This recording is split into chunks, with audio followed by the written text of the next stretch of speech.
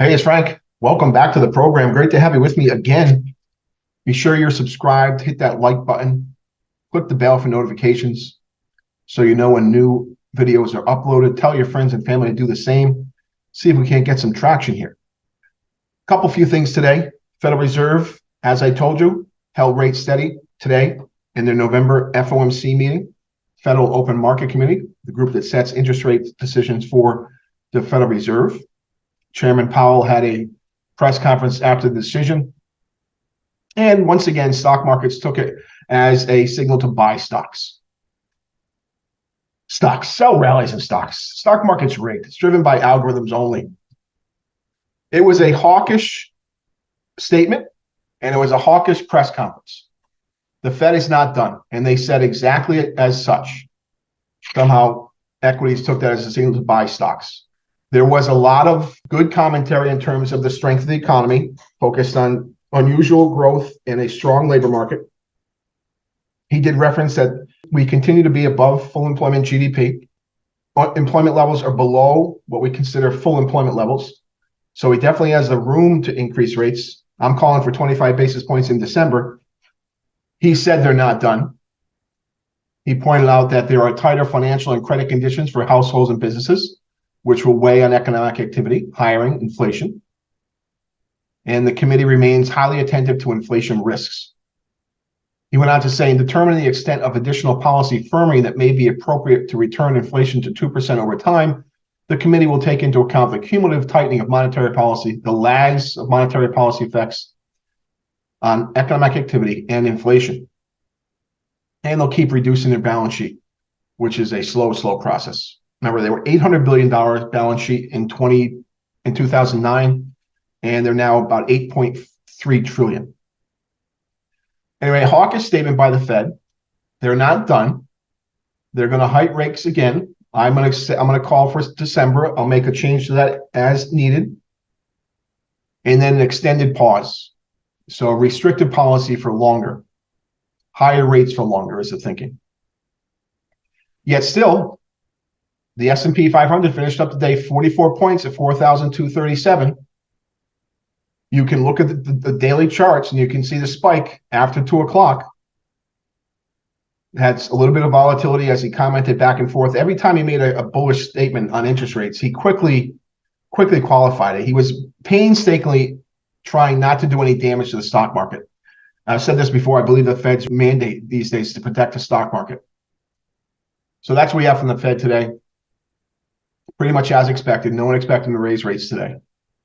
Now, the bond market action, the 10-year yield was lower, the 30-year yield was lower.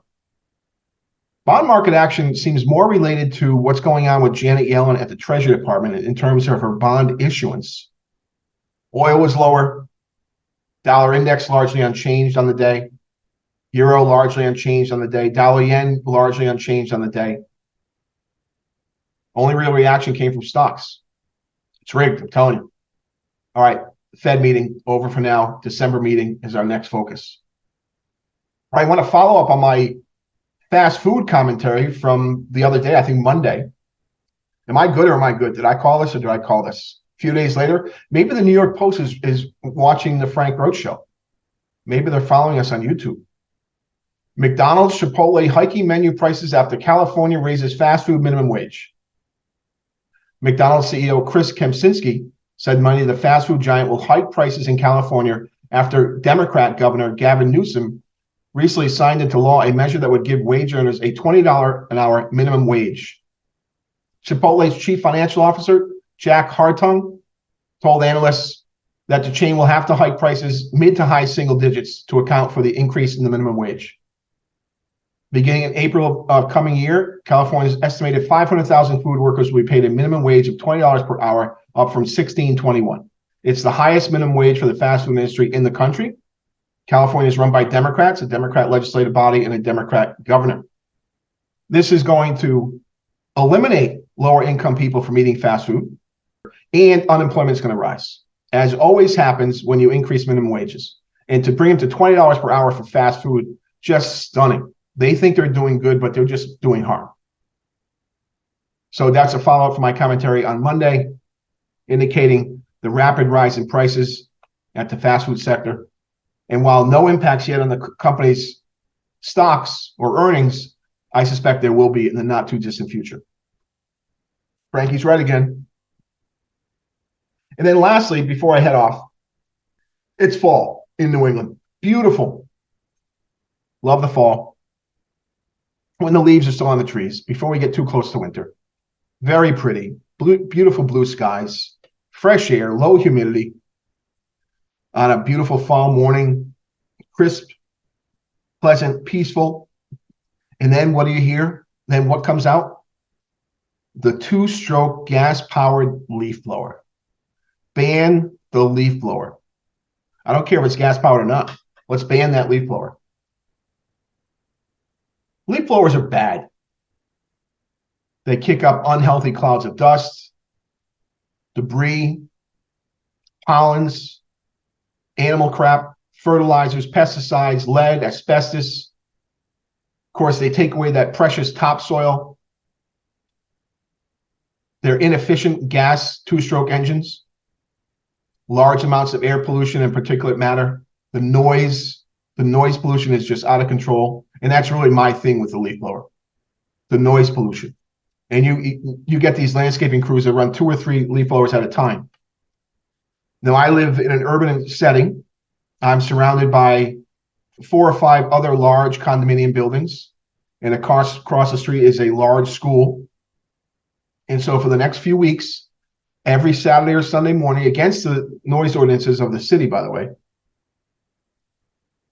our beautiful mornings are going to be disrupted by the whir, the yell, the scream, the horrible scream of the leaf blower. And the school, they'll run 3 leaf blowers and some sort of driven gargantuan leaf blower that has a sound you can't get away from. So our beautiful fall days here in my area are going to be ruined. In particular, our fall mornings are going to be ruined by the constant whir of the leaf blower. So 5 or 6 different properties get those horrible leaves off the ground. What happened? Why do we hate leaves so much? Leaves are good for the soil. They're bad for grass if they're left to lay too long. They're great for gardens. But somehow we've come to hate the leaf. Let's show the pretty grass. Now, there's no denying when we're done leaf blowing, things do look nice. But you know what? Raking. How about a rake? You ever see how nice grass looks after you rake it? So that's my complaint of the week. The leaf blower, the dread. Weekend coming up here soon. Few days.